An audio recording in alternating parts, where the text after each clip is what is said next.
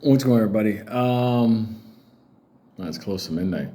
Um, got a crazy day. So I'll touch on one AMC thing, so you guys will understand. Like going into the weekend, like this is kind of like where we're at right now with AMC. The postcards are a complete disaster. The whole setup was a complete disaster, and I believe at this point is intentional.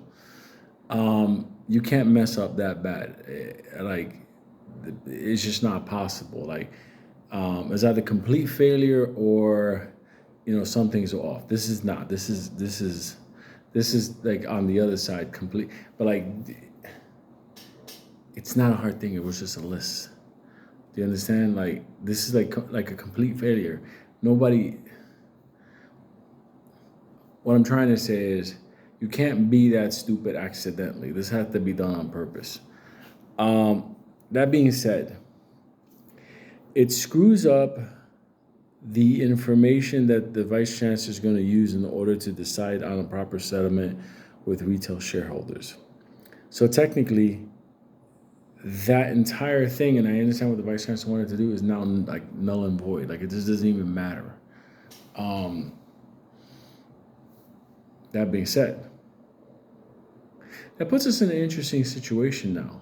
The next step that AMC doesn't want, the next step that the shorters don't want, the next step that a lot of people don't want is the only viable option, the only thing that can be done now is to do a share recall or count or whatever you want to call it.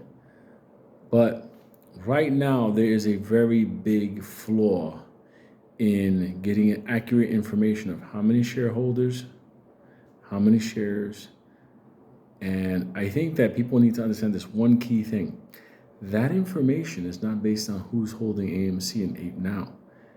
It's who was holding it during the hysteria of the synthetic nightmare, the Guatemalans everywhere, the Brazilians back then when they created Ape.